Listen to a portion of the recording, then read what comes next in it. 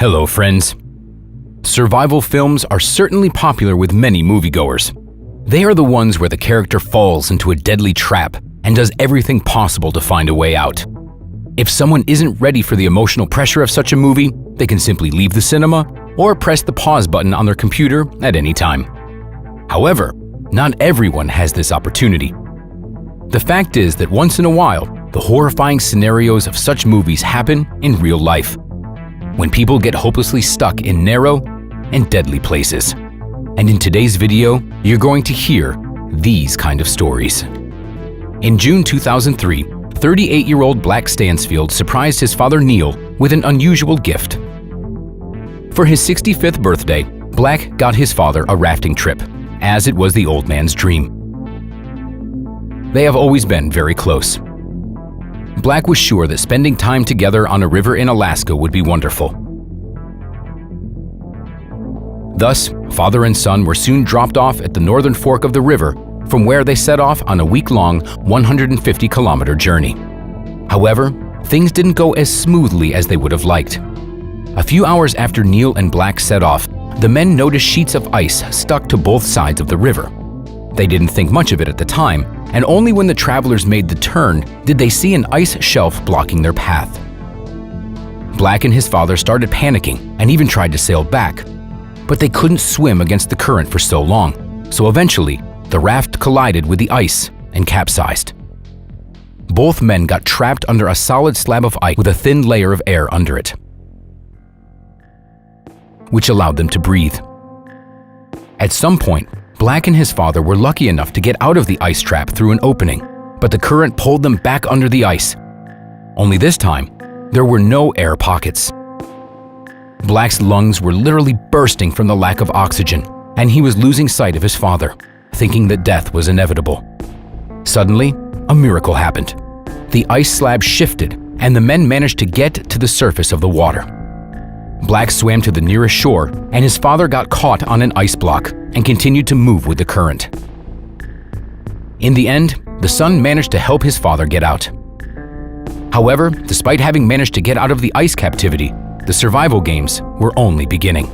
The men were stranded all alone, with no means of communication, no food, and almost no means of survival. But their rescue is another story. Fortunately, Neil and Black managed to survive. As they would share later, they developed terrible claustrophobia after their adventure on the river, which could have ended very tragically.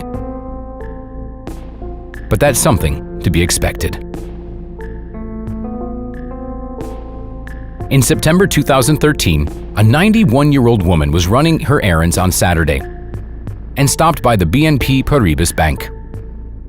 She asked to be escorted to her safety deposit box, and the bank officer took her to the vault and locked the door behind her, as per protocol. But what was off protocol was the terrible mistake the employee made.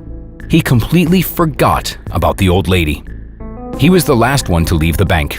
He turned off the lights, but didn't check the soundproof vault. The poor woman found herself locked in the bank all alone, with no phone or other means of communicating with the rest of the world. It was a Saturday, which meant that the bank wasn't going to open the next morning. The unfortunate woman realized that she would have to sit there until Monday, in the dark, feeling as if she was about to be squashed by the walls and without a source of fresh air. Luckily, the woman's son got worried when his mother didn't call him that night and went to the police.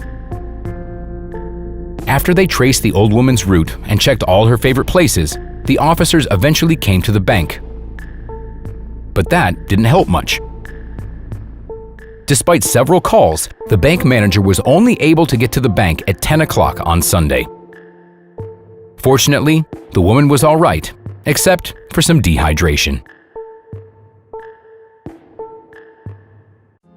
Spanish diver Cisco Gracia got trapped in an underwater cave on the island of Mallorca. He spent 2 days in a tiny water-filled cave 36 meters below sea level without food and little to no water. Gracia, 54, disappeared into a labyrinth on the island and only managed to survive in the cave because he was lucky to find a tiny puddle of fresh water. The diver had no food and couldn't put on his scuba gear to get back to safety because his oxygen tank ran out of air. The chamber where he was found was 300 meters away from the entrance to the cave, known as Cova de Sapiqueta in Manacor.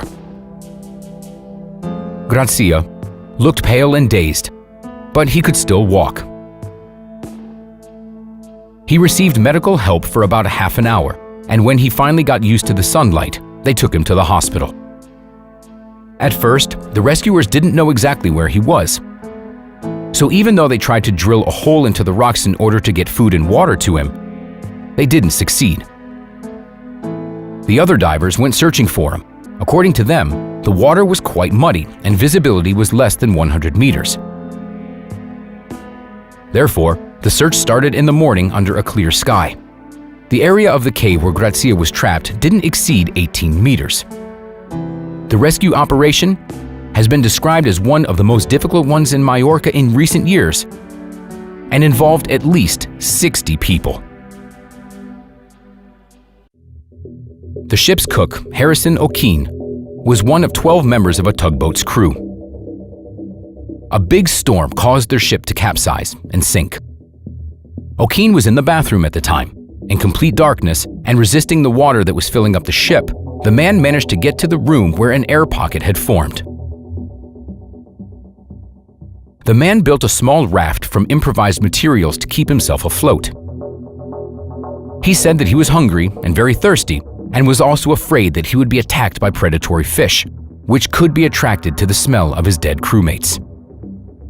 Almost 3 days after the wreck, he heard a knock on the hull of the tug. And then he saw divers inside the ship who were looking for the dead and didn't expect to find anyone alive on the boat.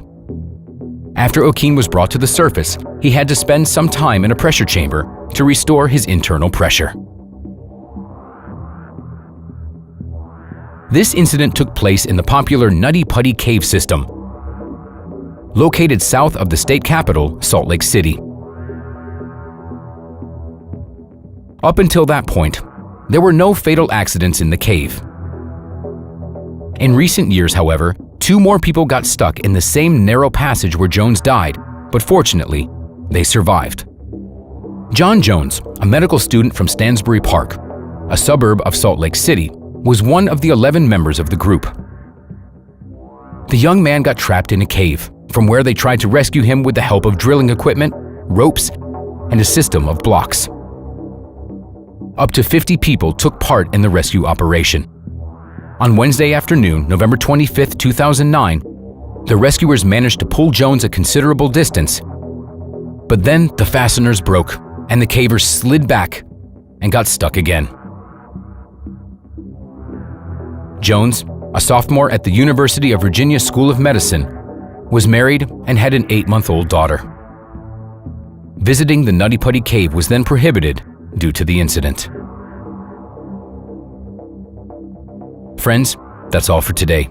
Like the video, subscribe to our channel, and we'll see you next time.